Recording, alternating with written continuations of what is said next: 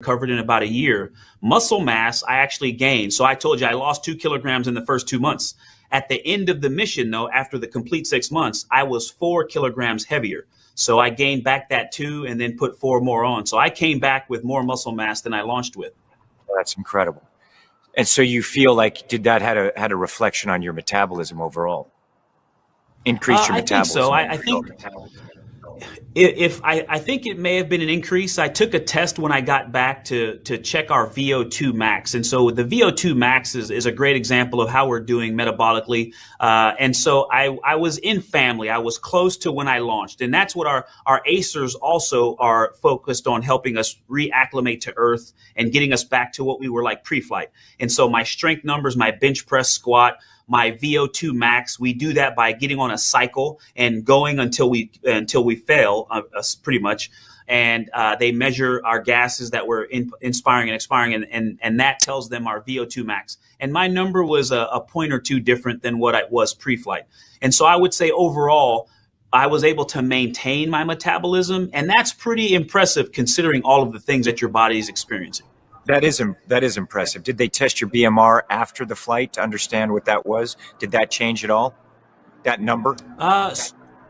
We don't normally do that for crew members. I think that's something you can get if you want to. But I was involved in an experiment called myotones, which is studying not just muscle mass, but the quality of your muscle. And it's really looking at this device to see if we can use a very simple external device without having to do like biopsies to determine muscle tissue quality.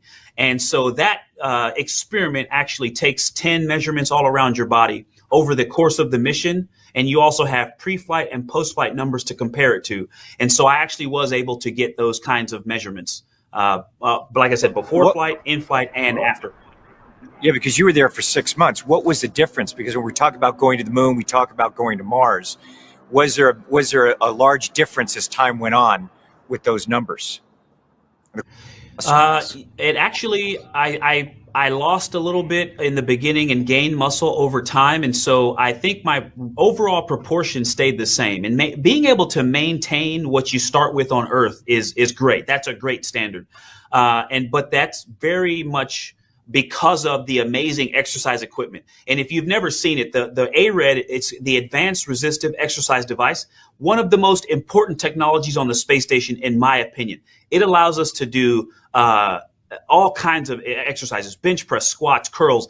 And that machine, though, takes up almost half a module. The space for the machine plus the range of motion for the body that you put on it.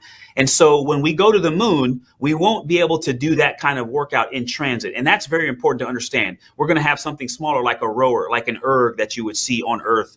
But when we get to the moon or to lunar orbit, we're going to need some type of a habitation module where we can get exercise, because that bone and muscle health, and also it was a part of of what I enjoyed most during the day. So it's also a part of mental well-being, but it's very important to our physical well-being.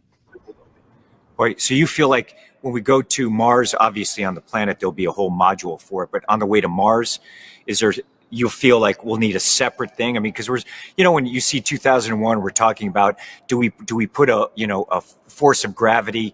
When you talk about what the difference of gravity on Mars versus the moon and on the way there, I know there's been a lot of talk and evaluation as to what is, 0.6 gravity on the human body.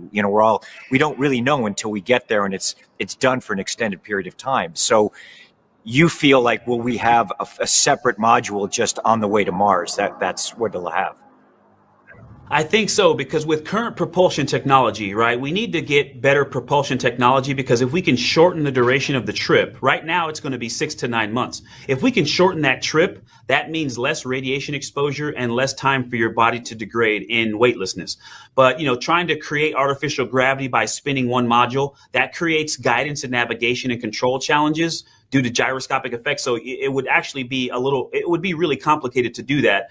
So you're going to need to exercise. You're going to need basic exercise. And something I try to encourage our scientists and our exercise specialists to think about is, ARED is a fantastic machine, a wonderful contraption. But we also need to remember basic things. I wrestled in college and in high school. And so I think of the most amazing exercise device there is in history is another human body. That's my opinion. but also doing calisthenics or just basic isometrics where you push on a structure. And so maybe just getting in the corner of a module and putting your hands and feet against different sides and pushing statically against something, or using another crewmate and you both kind of do squat presses where you're pushing against each other. Those are the kinds of things we need to think about and find ways to incorporate so that we not only have the ability to do strength training, but we also have a backup in case a machine breaks. Because again, on the way to Mars, you're not going to be able to stop off at the hardware store and get parts to fix it.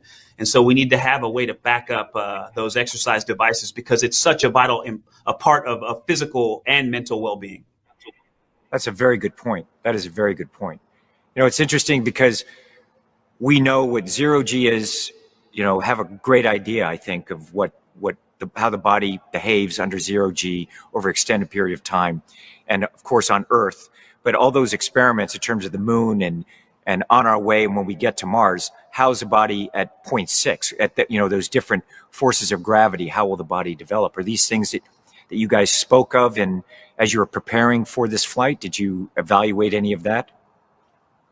No, we didn't, but I do know that people are thinking about that, the scientific and the medical communities.